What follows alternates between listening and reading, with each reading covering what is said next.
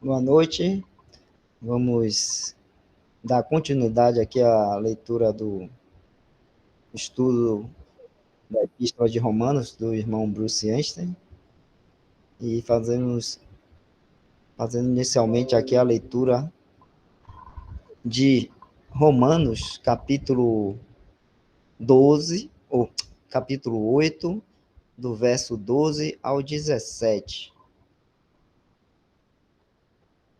Romanos 8, verso 12 ao 17.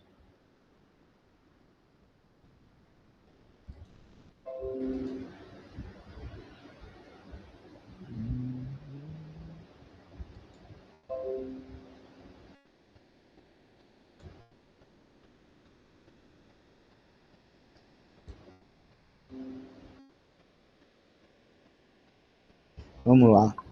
De maneira que, irmãos, somos devedores não à carne para viver segundo a carne. Porque se viverdes segundo a carne, morrereis. Mas, se pelo Espírito mortificardes as obras do corpo, vivereis. Porque todos os que são guiados pelo Espírito de Deus, esses são os filhos de Deus. Porque não recebestes o Espírito de escravidão para outra vez estardes em temor, mas recebeste o Espírito de adoção de filhos, pelo qual clamamos Abba, Pai.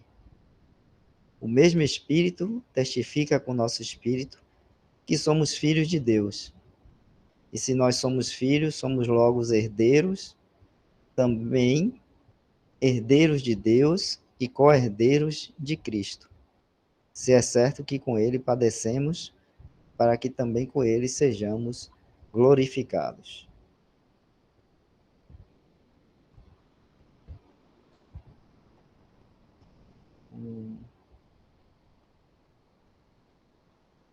Vamos iniciar aqui a leitura aqui do comentário do irmão. Nessa parte aqui, os resultados práticos que fluem de andar no Espírito. Os resultados práticos que fluem de andar no Espírito. Capítulo 8, do verso 12 ao 17, que a gente acabou de ler.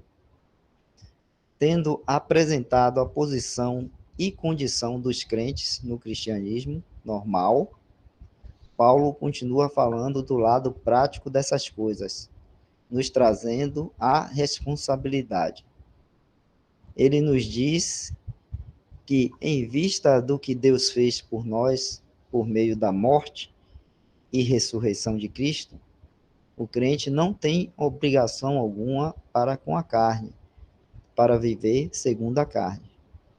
Ele diz, de maneira que, irmãos, somos devedores não à carne para viver segundo ou conforme a carne. Isso, como Paulo já explicou, é porque Cristo, nossa cabeça federal, agiu por nós ao separar-se ele mesmo de todo o sistema do pecado por meio da morte. E nós, sendo parte de sua nova raça de criação, temos o direito de nos considerarmos mortos com ele. Capítulo 6, verso 10 aí da mesma epístola de Romanos. Mas, mais do que isso, não temos obrigação de viver segundo a carne, porque nos foi dada a lei do Espírito de vida em Cristo Jesus, que se sobrepõe às mais inclinações da carne. Verso 2 do capítulo 8. Portanto, não podemos justamente dizer que não conseguimos deixar de viver segundo as concupiscências da carne, porque toda provisão foi feita para que vivêssemos livres dela.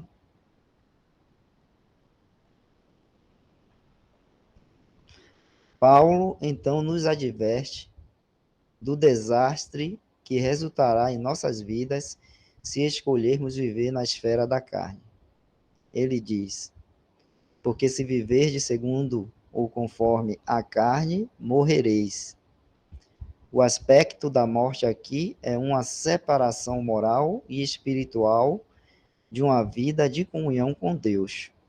1 Timóteo, verso 5, 6. Então, vou aqui ler esse capítulo, né?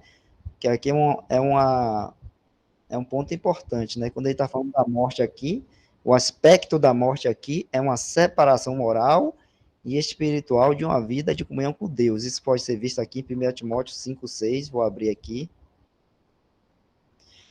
1 Timóteo,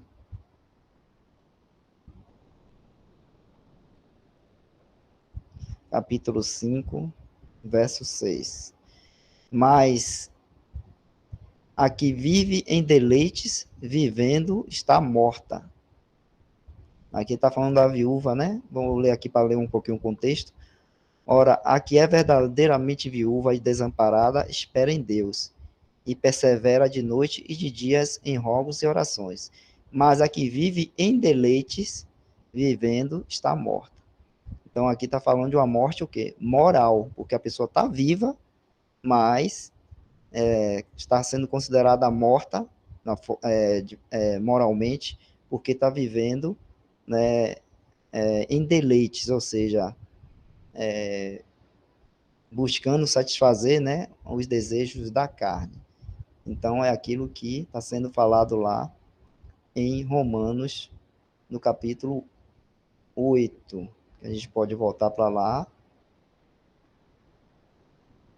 Romanos capítulo 8,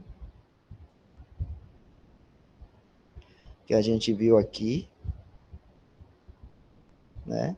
Que ele está falando da carne, e quando ele fala aqui, porque se viver de segundo a carne, morrereis. Então, o irmão Bruciense está falando de uma morte moral, que é o que ele fala aqui nessa parte aqui.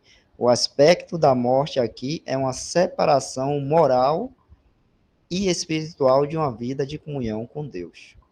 Esse é o aspecto da morte aí que é colocado aí em Romanos capítulo 8, verso 13, quando fala, porque se viver de segundo a, a carne, ou conforme a carne, morrereis. Então, só queria destacar aqui, porque é importante isso aqui, esse conceito aqui, esse entendimento, ok? Vou continuar a leitura. Se algum irmão está em comunhão, quiser comentar alguma coisa, pode me interromper e que eu paro e aí vocês podem comentar, ok? E também se algum irmão tiver ou irmã tiver alguma dúvida no que está sendo lido, também pode colocar aí no chat, perguntar, né? E a gente vai tentar responder conforme a direção do Senhor, se a gente souber também. Então vamos continuar a leitura aqui, né? Esse aspecto da morte moral aí, acho que deu para dar uma clareada aí nesse aspecto da morte que está sendo falado em Romanos capítulo 8, verso 13. Então, continuando aqui. Não poderia significar que o crente perde sua salvação, porque isso é uma impossibilidade. João 10, do verso 28 ao 29. Então, ele está colocando aqui também que essa morte aí não significa a perda da salvação do crente. Então, isso é uma coisa fundamental para a gente entender, né, que o cristão ele não perde sua salvação. Então, quando o Paulo está falando aí dessa morte, ele está falando nesse aspecto moral, né, de uma separação, de uma separação moral e espiritual, né, de uma vida de comunhão com Deus. Então, isso é o que causa na vida de um cristão ele ceder aos desejos da carne ou andar conforme as concupiscências ou os desejos da carne. Então, não poderia significar que o crente perde sua salvação, porque isso é uma impossibilidade. João 10, 28 a 29. Importante a gente abrir isso aqui para ver como isso é uma impossibilidade. Né? João 10,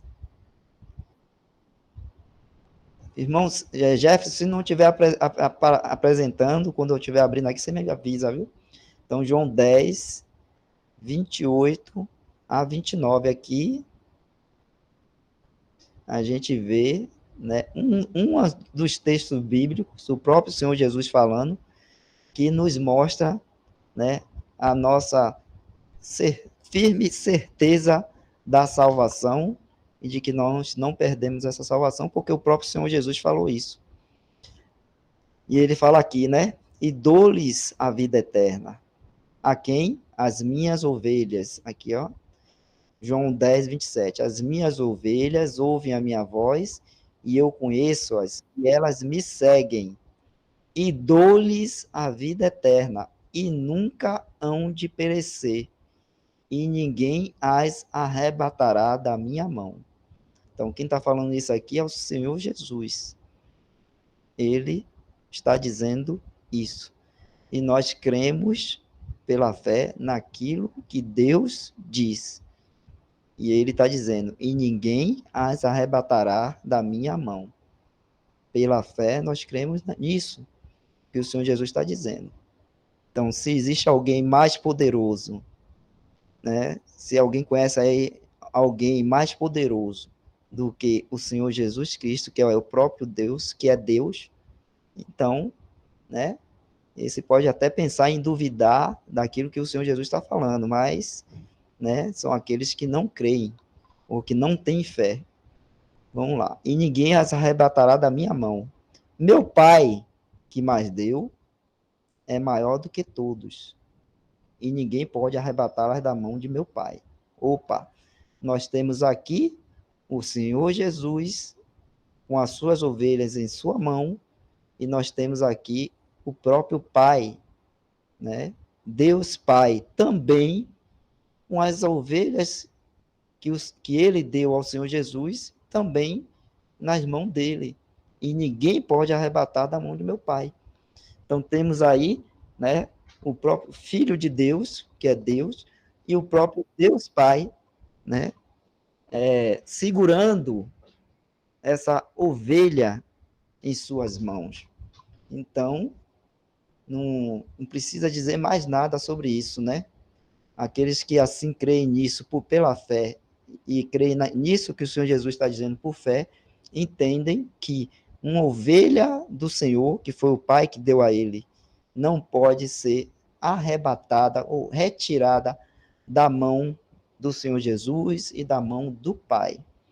Então, salvação, né, certa e que não se perde para aqueles que são ovelhas do Senhor Jesus Cristo. Então, voltando lá no texto, né? Então, quando está falando da morte no capítulo 8, 13 de Romanos, porque se viver de segundo ou conforme a carne morrereis, está falando desse aspecto, repetindo, de uma vida em separação moral e espiritual de Deus, ou seja, uma perca da comunhão com Deus, quando isso acontece com um cristão verdadeiro. Então, ele fala também que não poderia significar que o crente perde sua salvação, porque isso é uma impossibilidade, segundo nós lemos em João 10, 28 a 29, que a gente acabou de ler aqui. É impossível, porque o Senhor Jesus assim disse, e Deus Pai assim também disse, porque está assim sendo falado pelo Senhor Jesus Cristo, que é Deus.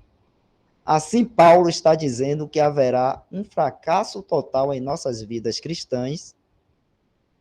O crente que escolhe viver segundo a carne não somente terá seu cordão umbilical ou linha de suprimento de vida de comunhão com Deus rompido, mas também incorrerá em juízos disciplinares governamentais de Deus, o Pai. Estes são enviados para corrigir a atitude errada do crente para com o pecado.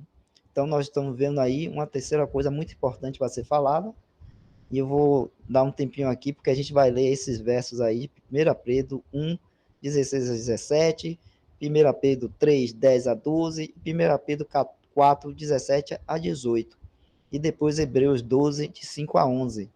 Mas ele está falando agora de um outro ponto importante, é que, sendo que o crente não perde a sua salvação, mas se ele viver segundo a carne, né, ele vai ter uma interrupção dessa ligação com o Pai, com Deus, né? E é isso que ele quer dizer aí, quando ele fala, terá seu cordão umbilical ou linha de suprimento de vida, de comunhão com Deus rompido. Então, quando o cristão, né, peca ou faz a sua própria vontade ou anda segundo a carne, né, ele vai perder essa comunhão com Deus, né, essa linha de suprimento de vida, porque toda a vida, todo dom, tudo aquilo que é bom vem de Deus. E nós, para vivermos essa vida cristã normal, nós temos que ser alimentados, estarmos em comunhão com o nosso Deus e Pai e com o nosso Senhor e Salvador Jesus Cristo. Então, se isso é interrompido por causa do nosso pecado, por causa de a gente procurar fazer a nossa própria vontade ou satisfazer os nossos desejos carnais, se isso é interrompido, nós vamos ter esse suprimento de vida interrompido e vamos defiar, né, espiritualmente, moralmente, e vamos, né, entrar num caminho de fraqueza e debilidade como cristãos. Tá bom? Se o irmão quiser comentar alguma coisa, eu vou dar um tempinho aqui para a gente aí então ler como Deus faz para, vamos dizer assim, reverter um processo desse que algum cristão se encaminhe, né, quando entra num caminho de satisfazer seus desejos, né, da carne e fazer sua própria vontade e perdendo assim a comunhão com Deus.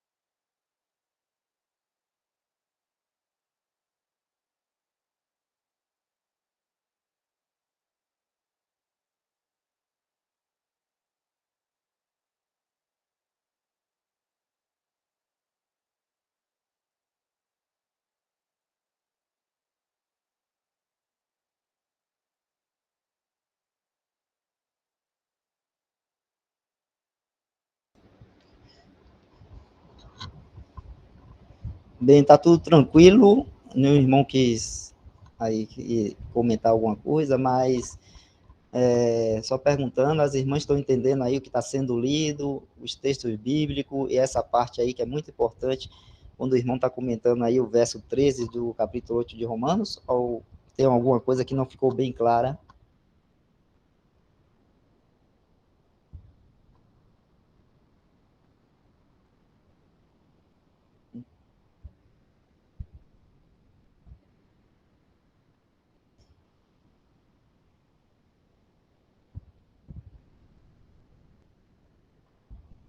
Ok, então vamos continuar. Então, o irmão aqui está comentando que se o cristão ele perde essa linha de suprimento de vida, de comunhão com Deus, né? Ele também vai incorrer, ou como está escrito ali, né? Mais literalmente, mas também incorrerá em juízos disciplinares governamentais de Deus, o Pai. Aí a gente vai ver isso em 1 Pedro, capítulo 1, 16 a 17. 1 Pedro, capítulo 1, versos 16 e 17. Porquanto escrito está: sede santos, porque eu sou santo. E se invocaste por Pai aquele que, sem acepção de pessoas, julga segundo a obra de cada um, andai em temor durante o tempo da vossa peregrinação. Isso é importante, viu, irmãos? Ó, andai em temor durante o tempo da vossa peregrinação. Se a gente não tivesse temor, né, de Deus, porque não é o temor do medo da condenação, do medo do juízo, porque, né, a gente sabe que nós somos salvos, estamos salvos por crer em Cristo Jesus, mas é o temor desse julgamento de Deus, daquilo que ele traz, né, para corrigir, porque ele não deixa as coisas se encaminharem de forma como a gente quer, né? Tudo está sob o seu controle e sobre, né, o seu olhar atento para, né, que nós possamos, cada cristão verdadeiro, né, um cristão normal, possa estar andando aqui nesse mundo de forma que glorifique e honre ao nome do Filho de Deus, do seu Filho, como o Pai quer, o Senhor Jesus Cristo. E se não acontece isso, por andarmos segundo as nossos pensamentos e os nossos satisfazer os nossos desejos somente, então ele vai corrigir esse rumo aí. Então, andar em temor durante o tempo da vossa peregrinação. Por isso que está o irmão aqui no texto, ele fala da questão da responsabilidade, que a gente leu aqui, ó. Tendo apresentado a posição e condição dos crentes de um cristianismo normal, Paulo continua falando do lado prático dessas coisas, nos trazendo a responsabilidade. Então, nós quando cremos no Senhor Jesus e conhecemos essa pessoa e temos essa salvação, no cristianismo normal, nós temos essa responsabilidade de darmos, andarmos aqui conforme a vontade do Senhor Jesus e assim honrar e dignificar o nome do Senhor Jesus, ou seja, um testemunho que é verdadeiro e um testemunho que é luz para um mundo que está em trevas, né? Então, é uma responsabilidade de todo cristão. E existe, vamos dizer assim, uma arma apontada para a nossa cabeça para que a gente faça as coisas como um cristão normal? Não. Pelo contrário, o que nos constrange não é isso. O que nos constrange é o amor do Senhor Jesus Cristo. Né? Se a gente pensa nessa pessoa, na pessoa do Senhor Jesus, no que ele fez por nós, no que ele é para nós e no que ele tem sido para nós, né? E o seu grande amor com que ele nos amou, morrendo numa cruz para nos salvar, e ele ainda hoje continua cuidando de nós, porque ele intercede por nós, né, diante do Pai. Então, se a gente pensa na pessoa do Senhor Jesus, e, e percebemos e desfrutamos desse amor que ele tem para conosco, isso vai nos constranger a termos uma responsabilidade de caminhar e andar aqui neste mundo, né, dando um bom testemunho, significa o quê? Não andar segundo as concupiscências da carne, segundo os desejos nossos da nossa carne, mas andar segundo os desejos e a vontade do nosso Senhor e Salvador Jesus Cristo. E a gente conhece a vontade dele como? Pela sua palavra, que ele nos deu, que ele, né, deixou para nós, assim, através da estudo da palavra e da oração, né? Falando com ele, buscando do Senhor Jesus, né? Em ter o conhecimento daquilo que ele quer para nós. Então, não tem, né, vamos dizer assim, uma lei que vai estar nos dizendo que se a gente não fizer ou não fizer determinada coisa, vamos ser castigados com a morte mesmo do corpo, como dizia lá, né? Ou vamos sofrer tais e tais castigos. Não tem assim isso. O que tem é o Senhor cuidando da gente. Então, até mesmo esses textos que a gente vai ler aqui, a gente já leu 1 Pedro 1, 16 a 17, que nos fala que o Senhor, que Deus não faz acepção de pessoas, ele julga, né? E trata. E a gente vai ler aqui esses outros textos aqui em Pedro e vamos ver como ele faz isso com um cuidado para aqueles que são dele. E também em Hebreus aqui, tá bom? Então vamos lá. 1 Pedro, capítulo 3, do verso 10 ao 12. Enquanto eu abro aqui, se algum irmão quiser comentar alguma coisa aqui, fique à vontade, os irmãos estão em comunhão.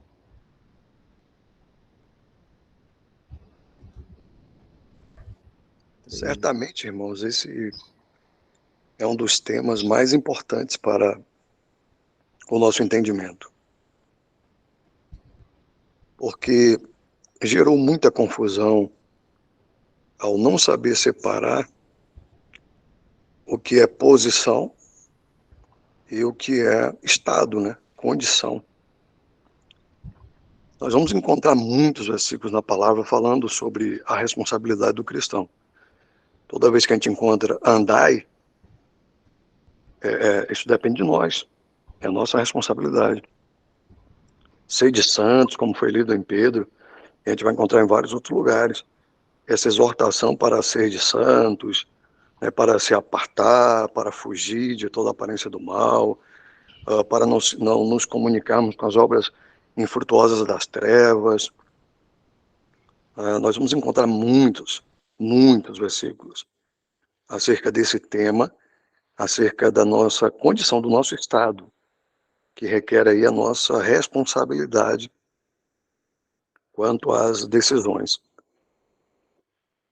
Então, quem não soube ou não sabe separar o que é o cristão posicionalmente, o que é o cristão condicionalmente, ou no seu estado, né, falando, ele vai terminar acreditando que nele próprio, né, que ele precisa ser santo, que ele precisa se purificar, que ele precisa se apartar, que ele precisa... Sempre ele. Ele vai pegar esses milhares, certamente, de versículos, e muitos pregadores falsificando a palavra, vão usar esses versículos, esses textos, e falando, tá vendo? Depende de você. Inclusive, vão incluir nesse pacote a salvação. Ainda vão falar, se você não for santo, você não será salvo. Se você continuar assim, você não será salvo. Você precisa ter uma vida reta, né? Totalmente digno, correto, sendo luz e tal. E vai ficar jogando essa carga e o cristão não vai conseguir, porque é impossível para ele sozinho. Primeiro eu preciso entender como eu estou posicionalmente. Né? Porque hoje o Senhor, nós somos santos, Deus nos vê Cristo em nós. Então nós já estamos santos, perfeitos, assentados com Ele nas regiões celestiais. Então, primeiro é isso, o cristão, ele precisa primeiro entender a posição. Sempre que for falar da vida prática, desse assunto prático, a qual se refere aí, e vários versículos que já foram lidos, serão lidos, a gente precisa primeiro entender isso. Eu vou conseguir andar de forma santa? Eu vou conseguir andar de forma a não pecar, ou a evitar o pecado, ou estar realmente sendo luz, sendo um bom testemunho? Vou quando vou conseguir fazer isso? Quando primeiro eu criei no Senhor Jesus, o Espírito Santo veio habitar em mim, aí uma nova vida, uma nova natureza, aí sim. E a partir daí, por fé, entendendo que posicionalmente eu já estou mais do que perfeito, aí sim. Vem agora a minha responsabilidade com o meu andar. Que eu posso agora simplesmente tomar posse daquilo que eu já sou. Daquilo que eu já sou, daquilo que eu já tenho. E a vida do cristão é por fé, é somente por fé, e não por vista. Então, por fé, eu vou tomar posse daquilo que já é meu, que o Senhor já me deu, já me garantiu, para que eu possa, hoje eu tenho todas as ferramentas para poder andar em santidade. para ter isso na prática, porque primeiro eu sei de que o Senhor fez isso, de que com a morte do Senhor na cruz, pagando os meus pecados, aí sim, ele sendo ressuscitado, estando à destra de Deus, intercedendo por mim, cuidando de mim. Quando digo de mim, me refiro a nós. Aí tudo bem. Aí agora sim eu posso realmente ter uma vida, né, de santidade prática e não só apenas posicionalmente falando. Posso agora vestir essa camisa e, de fato, andar em santidade, uma vez que o pecado não tem mais poder sobre o cristão, né? Não, o pecado ainda existe, ele está aqui, ele está ao nosso redor, a carne ainda está em nós não estamos na carne, mas a carne ainda está em nós. É como a gente viu lá em Gálatas, acho que foi até lido ontem, né, o Gálatas 5, sobre a questão da concupiscência, do andar na carne, do andar no espírito, e fica bem claro, se você andar na carne, né, vai cumprir as concupiscências da carne e vai estar distante do que é espiritual. E aí vai perder, como o escritor colocou aí, né, o cordão umbilical. Então, é importante entender essa questão. Primeiro lá a posição, e por fé, entendendo que agora eu posso andar no Espírito e não na carne que ainda está em mim. E hoje eu tenho poder para não andar na carne, porque o Espírito de vida, né, nos vivificou. Então nós somos hoje capazes de não andarmos na carne.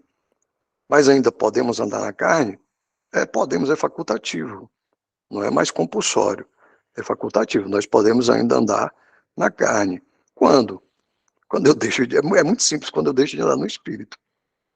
Quando eu deixo de pensar nas coisas celestiais, quando eu deixo de orar, quando eu deixo de meditar na palavra, de ler a palavra, quando eu deixo de praticar, de frequentar reuniões, quando eu deixo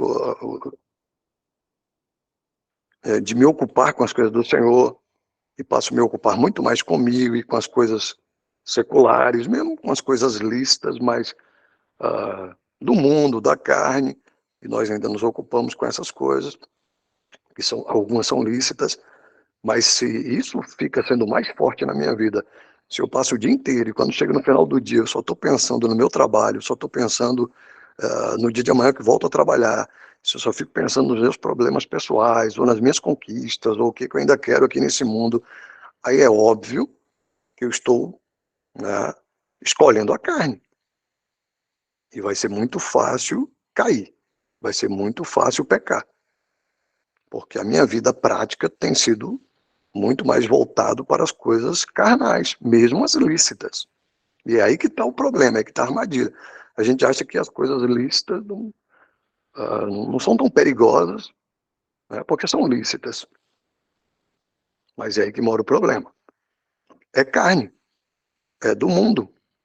Mesmo o trabalho, mesmo o casamento, mesmo tudo isso vai ficar aqui. E no céu não haverá essas coisas.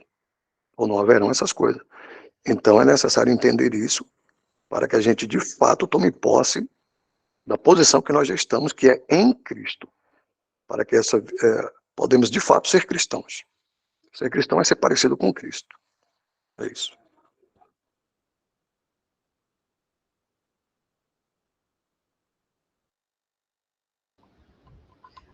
Ok, vamos ver aqui agora, 1 Pedro, capítulo 3, do 10 ao 11. Porque quem quer amar a vida e ver os dias bons, refreia a sua língua do mal, e os seus lábios não falem engano. Aparte-se do mal e faça o bem, busque a paz e siga-a. Porque os olhos do Senhor estão sobre os justos e os seus ouvidos atentos às suas orações. Mas o rosto do Senhor é contra os que fazem males.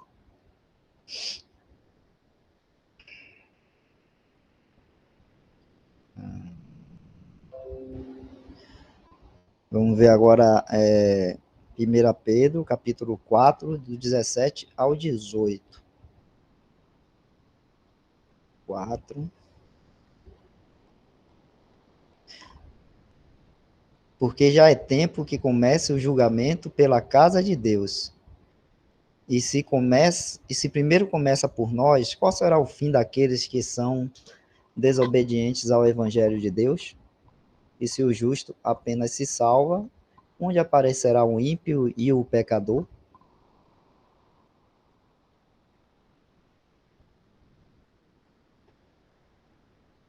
Depois ele coloca Hebreus 12, do verso 5 ao 11. Hebreus 12, verso 5. Não, 12, 5 ao 11. E já vos esqueceste da exortação que argumenta convosco como filhos? Filho meu, não despreze a correção do Senhor, e não desmaies quando por ele fores repreendido. Porque o Senhor corrige o que ama, e açoita a qualquer que recebe por filho. Se suportais a correção, Deus vos trata como filhos. Por quê? Que filho há a quem o pai não corrija? Mas se estáis sem disciplina, da qual todos são feitos participantes, sois então bastardos e não filhos. Além do que, tivemos nossos pais segundo a carne para nos corrigirem, e nós os reverenciamos. Não nos sujeitaremos muito mais ao Pai dos Espíritos para vivermos? Porque aqueles, na verdade, por um pouco de tempo nos corrigiam como bem lhes parecia, mas este, para nosso proveito, para sermos participantes da sua santidade. E, na verdade, toda a correção ao presente não parece ser de gozo, senão de tristeza, mas depois produz um fruto pacífico de justiça nos exercitados por ela.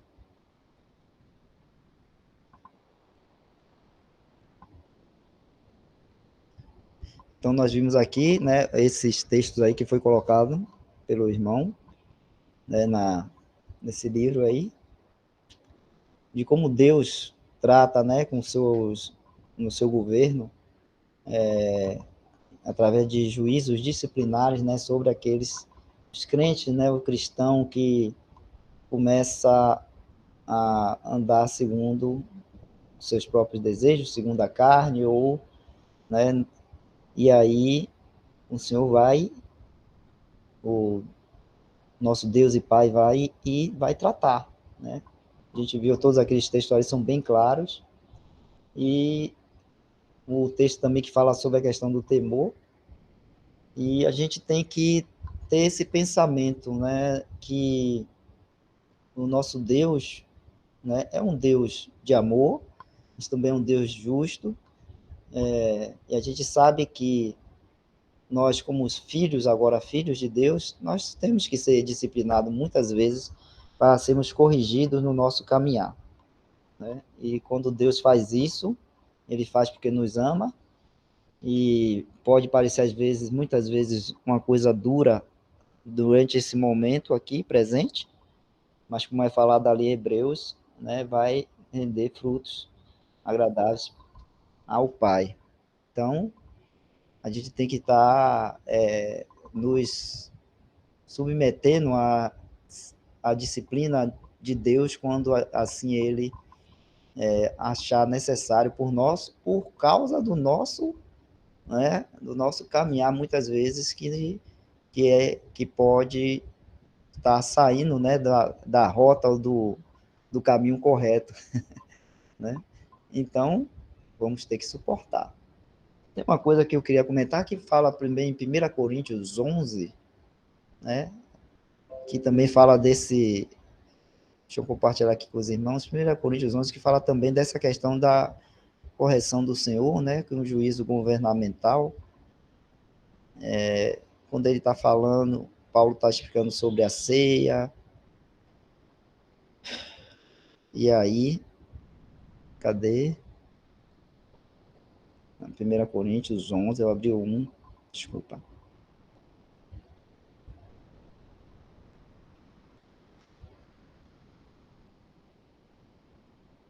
Quando ele está falando aqui aos Coríntios sobre a questão, né, da ceia e tudo mais, e aí quando chega aqui no verso 28, 29, né, aqui em diante, Paulo fala assim, porque o que come e bebe indignamente, come e bebe para a sua própria condenação, não discernindo o corpo do Senhor. E aí ele continua, por causa disto, há entre vós muitos fracos e doentes e muitos que dormem, porque se nós nos julgássemos a nós mesmos, não seríamos julgados. Mas quando somos julgados, somos repreendidos pelo Senhor para não sermos condenados com o mundo. Então, a grande questão é, nós estamos sempre na luz, né? Sempre na luz. Porque se estamos em Cristo Jesus, estamos na luz. E ele é a luz, nosso Senhor Jesus. E recebemos também a sua palavra, que nos é luz também para o nosso caminhar prático nessa vida, né? Luz para os meus pés é a tua palavra, né? Lâmpada para os meus pés é a tua palavra, e luz para os meus caminhos. Salmo, acho que 119 fala isso, né? Então, a palavra de Deus também é luz para nós. E o Senhor vai cuidar, vai tratar, sempre que nós fizermos alguma coisa ou estivermos nos desviando daquilo que é um caminhar de um cristão normal, que é em santidade prática, como foi até comentado pelo irmão Isaac aí. E aí a gente vê ele falando aqui no verso 30, por causa disto, né, por causa de eles muitos estarem comendo e bebendo indignamente, não discernindo o corpo do Senhor, né, por causa disso há entre vós muitos fracos e doentes e muitos que dormem. Ele não está falando aí de uma progressão. Alguns eram fracos, e aí a gente está falando de fracos, né, na fé, nas coisas espirituais. Lembra que a gente leu lá, a gente acabou de ler aí no comentário do irmão Brucientes, né, o que acontece sobre aqueles que vão seguir seus desejos da sua carne. O que acontece é um interrompimento dessa comunhão com Deus, uma interrupção desse alimento espiritual que a gente encontra somente em Deus e no Senhor Jesus. E por isso, então, o cristão vai ficar fraco. Então, há muitos fracos. Havia entre eles ali fracos. E havia também alguns doentes. Então, aí não é uma progressão. Alguns estavam fracos, alguns estavam doentes, e muitos que dormem, que a gente sabe que essa expressão aí significa morrer, né? O cristão, quando morre, aí era usada essa expressão de dormir. Então, isso quer dizer o quê? Ele perdeu a salvação? De novo, não, como a gente já leu lá. Isso quer dizer apenas que, por ele estar andando aqui neste mundo, sem dar um bom testemunho e não aceitando, vamos dizer assim, a correção do Senhor, né? E aquele testemunho é tão, vamos dizer assim, tão mal, tão contrário, né, à pessoa do Senhor Jesus, que pode acontecer disso. É melhor que esse cristão, então, seja tirado dessa vida aqui, né, para que ele não continue dando esse mau testemunho por uma vida que não está de acordo com a vontade do Senhor. Então, muitos que dormem. Isso aí é o julgamento governamental que pode ocorrer.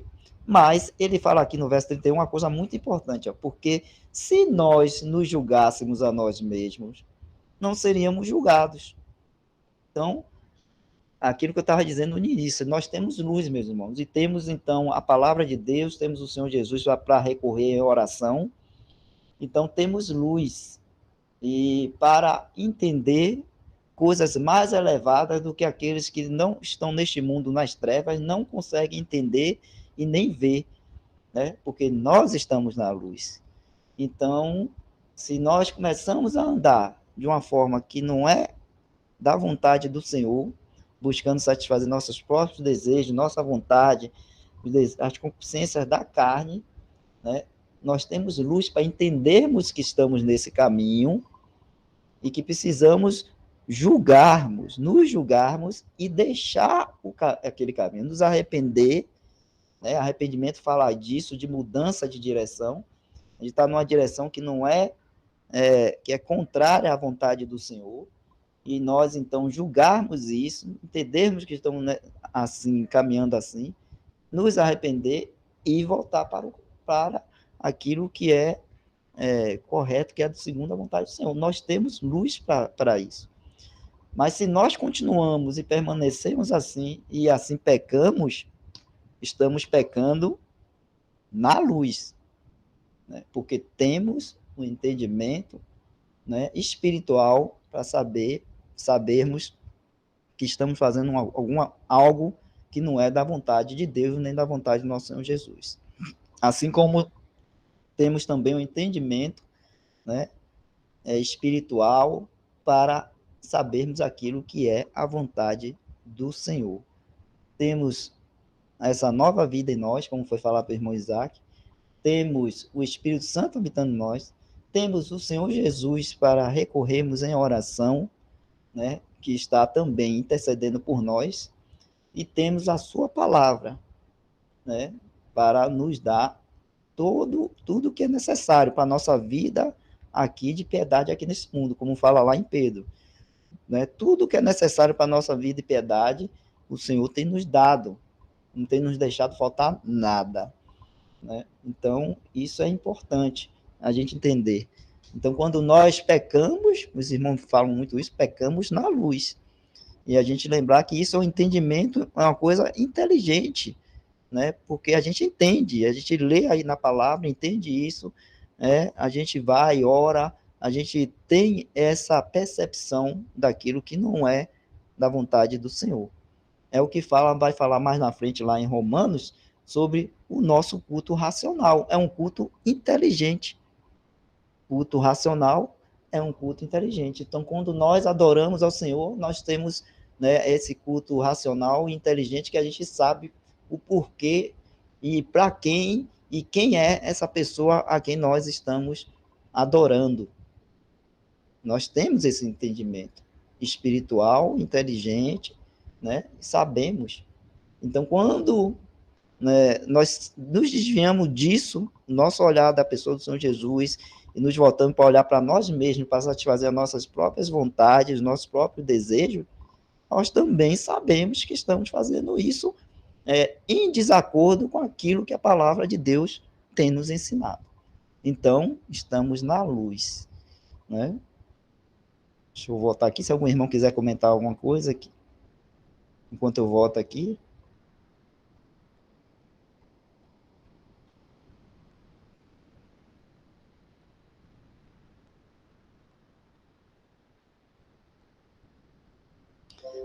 Estavam comentando, então, aqui, ó, esse trecho aqui, né, do comentário aqui do irmão Bruciense, tem a epístola de Romanos, do capítulo 8, do verso 12 ao 17. E aí a gente estava comentando nesse trecho aí. Se o irmão quiser comentar mais alguma coisa, por favor, à vontade.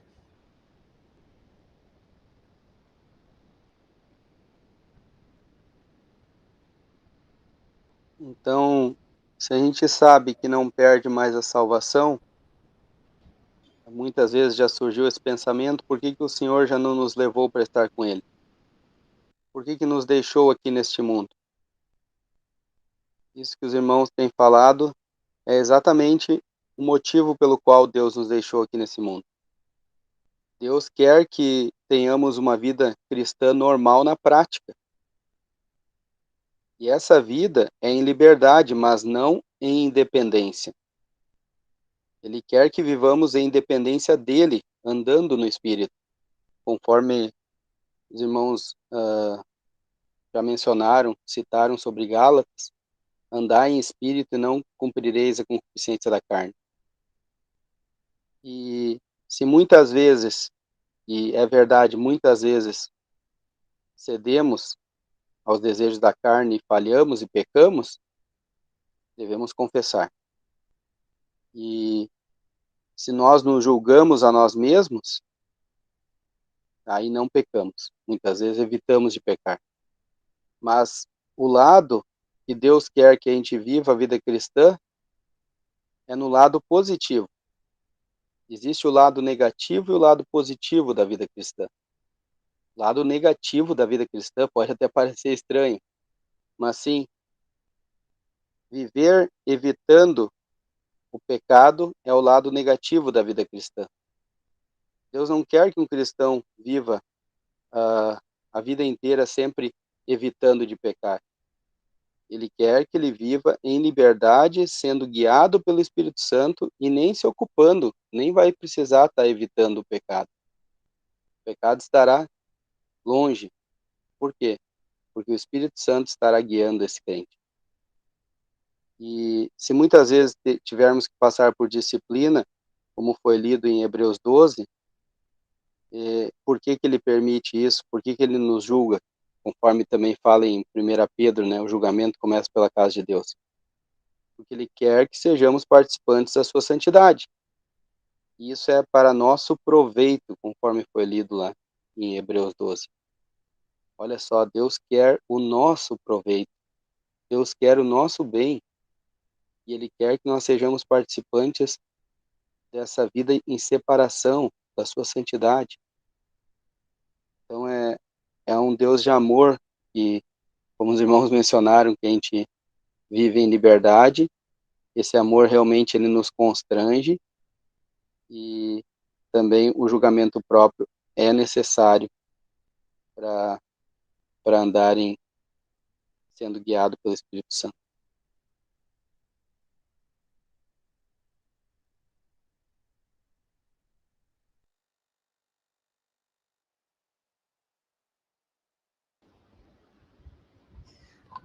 Bom, as irmãs, os irmãos,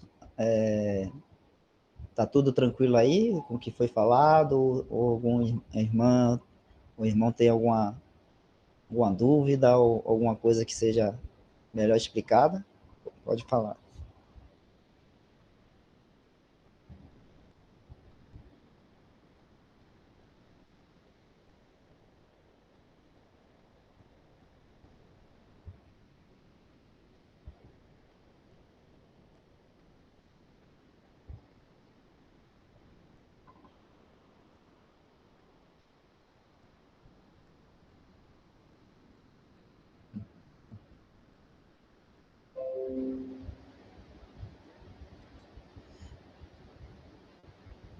Vamos continuar aqui lendo mais esse parágrafo aqui agora.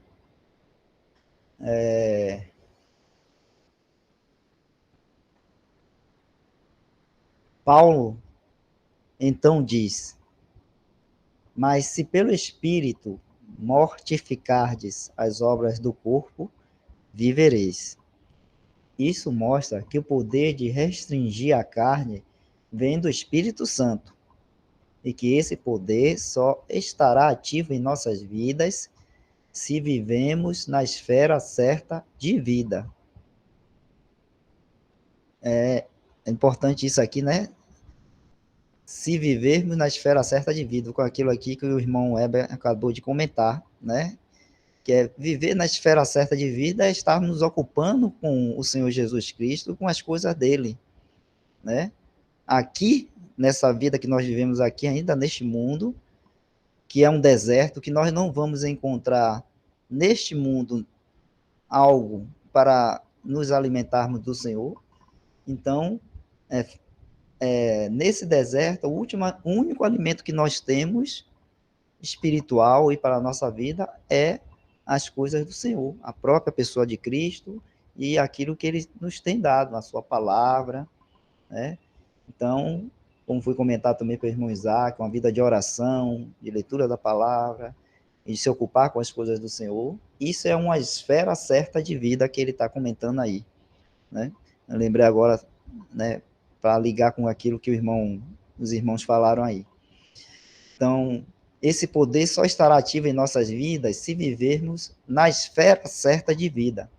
Portanto, para vivermos vitoriosamente sobre a carne, devemos viver, não visitar ocasionalmente, né, na nova esfera de vida onde Cristo vive para Deus e está ocupado com as coisas do Espírito, que ali estão.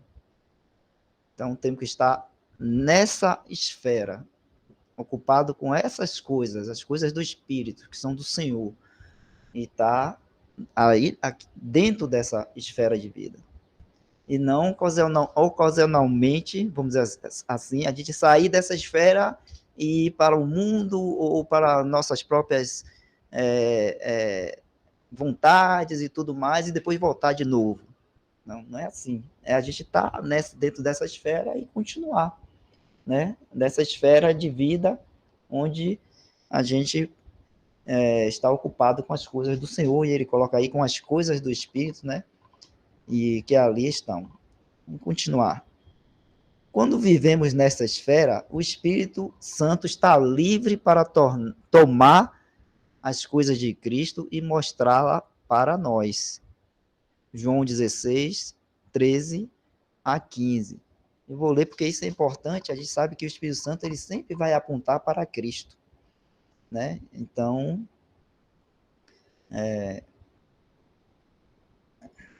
João 16, 13 a 15. Deixa eu abrir aqui. Evangelho de João 13, não é isso? Não, 16, 13 a 15. Aqui. Tá apresentando aí, né, Jefferson? Tá tranquilo? Sim. Então, João 16, 13 a 15. Mas quando vier aquele Espírito de verdade, ele vos guiará em toda a verdade, porque não falará de si mesmo, mas dirá tudo o que tiver ouvido e vos anunciará o que há de vir. Ele me glorificará, porque há de receber do que é meu e vou-lo há de anunciar. Tudo quanto o Pai tem é meu, por isso vos disse que há de receber do que é meu e vou-lo há de anunciar. Então a gente vê aí, né, a ação do Espírito Santo sempre está apresentando para nós aquilo que é do Senhor Jesus, a própria pessoa do Senhor Jesus. Ele sempre vai estar fazendo essa obra, esse trabalho em nós, né, nos guiando e nos levando o nosso olhar, a nossa atenção, a nossa estima, a nossa afeição para o Senhor Jesus. Então, é isso que ele está falando aí, né? Quando vivemos nessa esfera, o Espírito Santo, quando vivemos nessa esfera, o Espírito Santo está livre para tomar as coisas de Cristo e mostrá-la para nós. E ele também trabalhará para manter a carne controlada, como mencionado no versículo 2. Só então poderemos mortificar as obras do corpo pelo seu poder. Este é o princípio da substituição que Paulo mencionou no capítulo 6. É essencialmente a mesma coisa que ele disse aos Gálatas: andai em espírito e não cumprireis as concupiscências da carne. Isto é cristianismo normal. Algum irmão quiser comentar?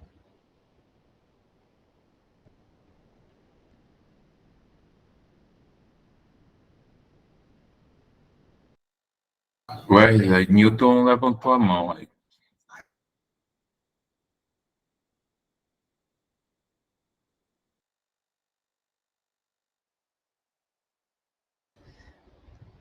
Pode falar, José Newton.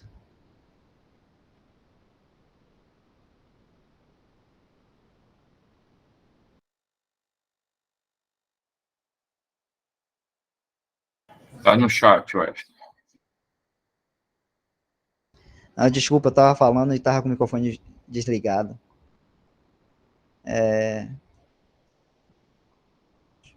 Peraí.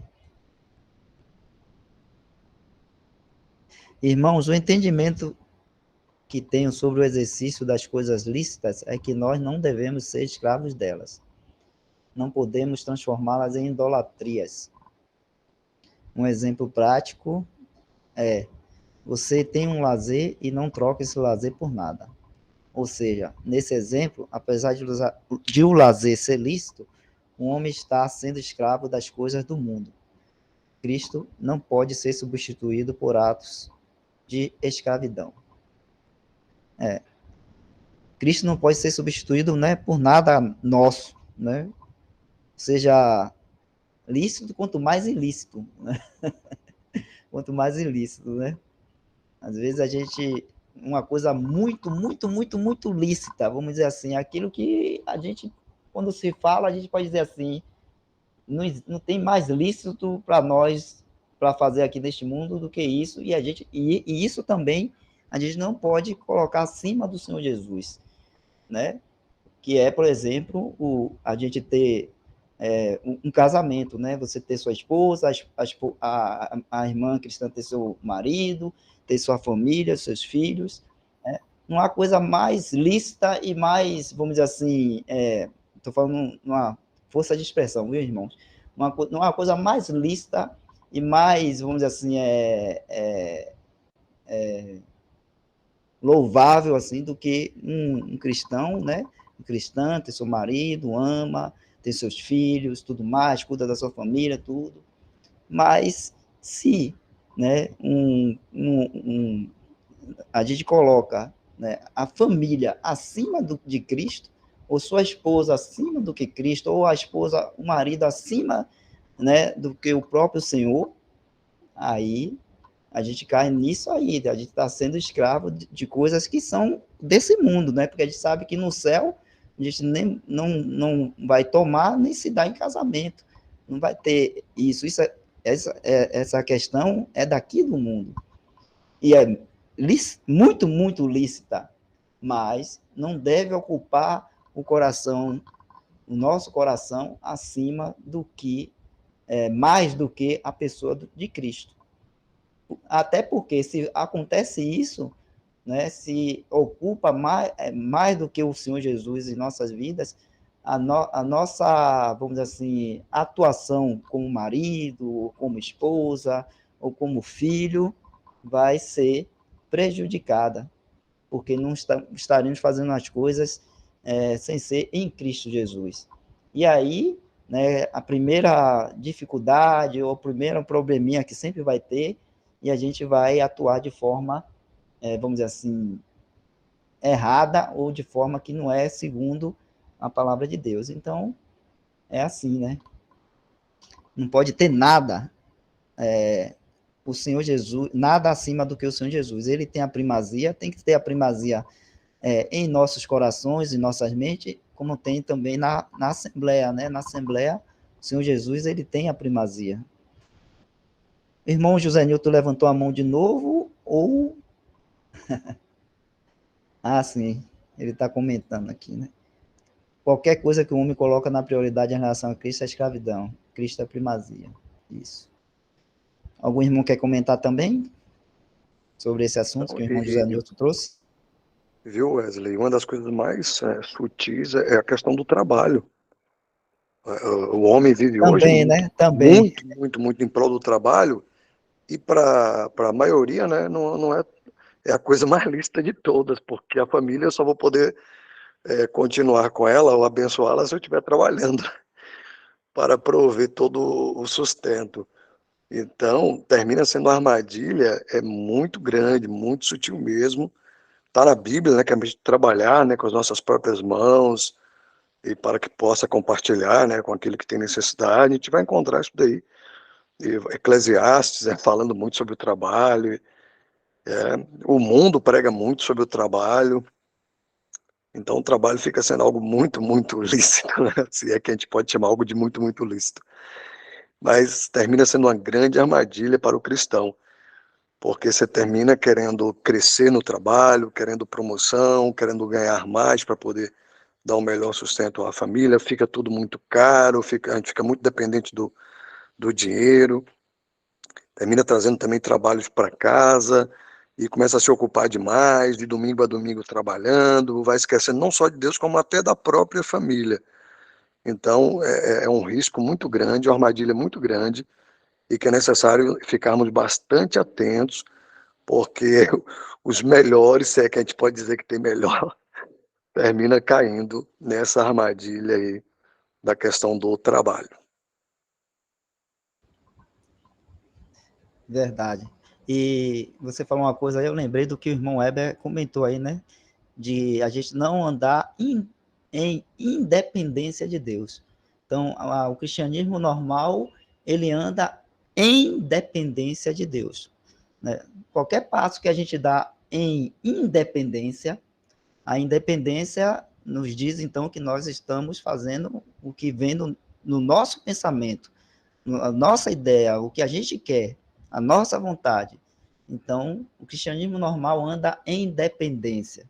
Então, essas coisas lícitas, né, que foram comentadas aqui, elas têm que estar também na dependência do Senhor, né? Para eu ser um bom pai, um bom marido, eu tenho que fazer isso na dependência do Senhor. Para eu ser um bom empregado, um bom empresário, aqueles que não são empregados, mas têm seu próprio negócio, eu tenho que fazer isso na dependência do Senhor.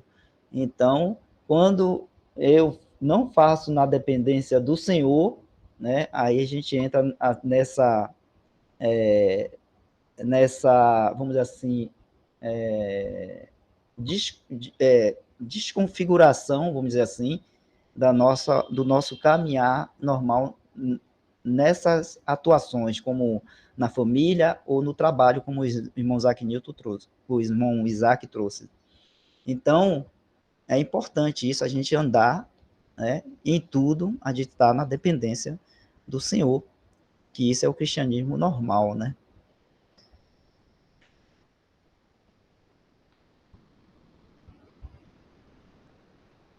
Bem, irmãos, o horário já chegou aqui. Algum irmão tem algum outro comentário para fazer? Alguma coisa?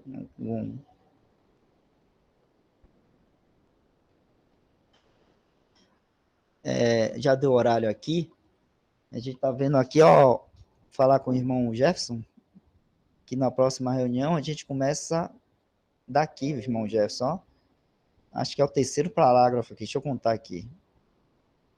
Terceiro parágrafo. 1, 2, 3, quarto parágrafo. A partir do quarto parágrafo, aqui, ó, desse capítulo, a gente continua, que é o capítulo que está falando dos resultados práticos que fluem de andar no Espírito.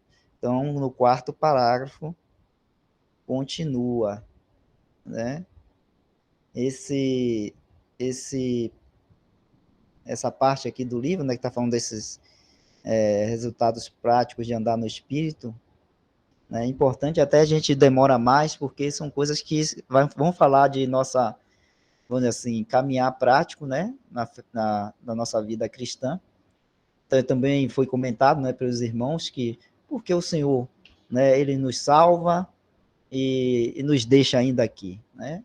Então, é para a gente estar nessa, vamos dizer assim, nessa exercício prático de fé, aqui neste mundo, a gente está nesse exercício prático de fé, de caminhar com o Senhor, estando ainda num corpo, né, onde tem a carne, onde tem, né, esse corpo ainda que ainda não, ainda tem a carne, vamos dizer assim, lutando, né, e querendo que a gente faça a vontade dela. Então, mas a gente tem o quê? A gente tem o Senhor. Nós temos o Senhor Jesus Cristo. Temos o Espírito Santo em nós e temos o Senhor. Nós, né, podemos, por fé, buscar ao Senhor Jesus Cristo, buscar dele as forças, a direção para o nosso caminhar aqui, né, que ele vai, vamos dizer assim, responder às nossas orações quando a gente pede algo segundo a vontade dele, e é da vontade dele que nós caminhemos aqui numa caminhada de fé, de exercício de fé, dando, numa santidade prática, como foi comentado também, dando um bom testemunho, né, para honra e glória do nome do nosso Senhor e Salvador Jesus Cristo.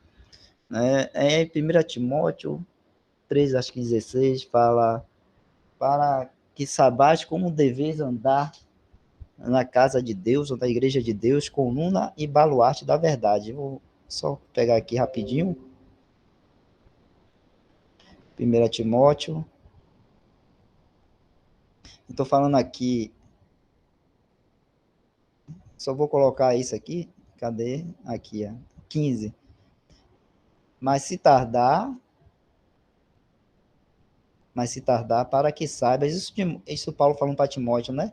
Mas se tardar, fala para nós também. Mas se tardar, para que saibas como convém andar na casa de Deus, que é a igreja de Deus vivo, a coluna e firmeza da verdade. O que eu estou querendo destacar aqui é isso aqui, ó. Coluna e firmeza da verdade, né?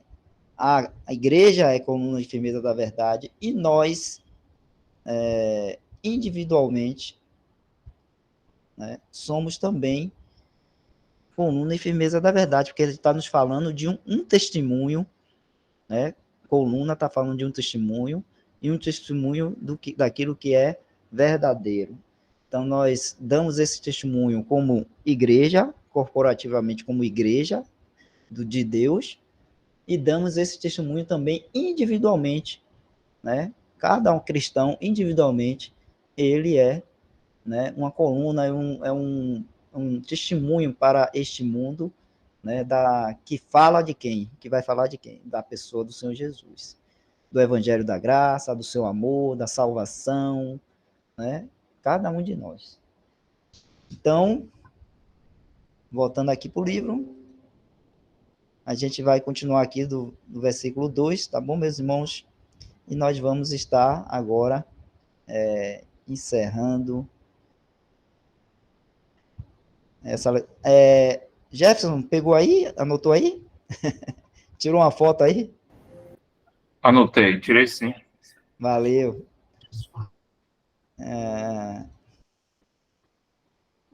Vamos estar encerrando, né, hoje, essa noite aqui, onde a gente podemos ler aí esse comentário da Epístola de Romanos do irmão Bruce Enster. Vamos estar agradecendo. O irmão Isaac poderia orar, agradecendo aí a Deus por essa reunião? Sim. Nosso bendito Deus, eterno, maravilhoso Pai, nós te damos graças, Pai, por tua salvação,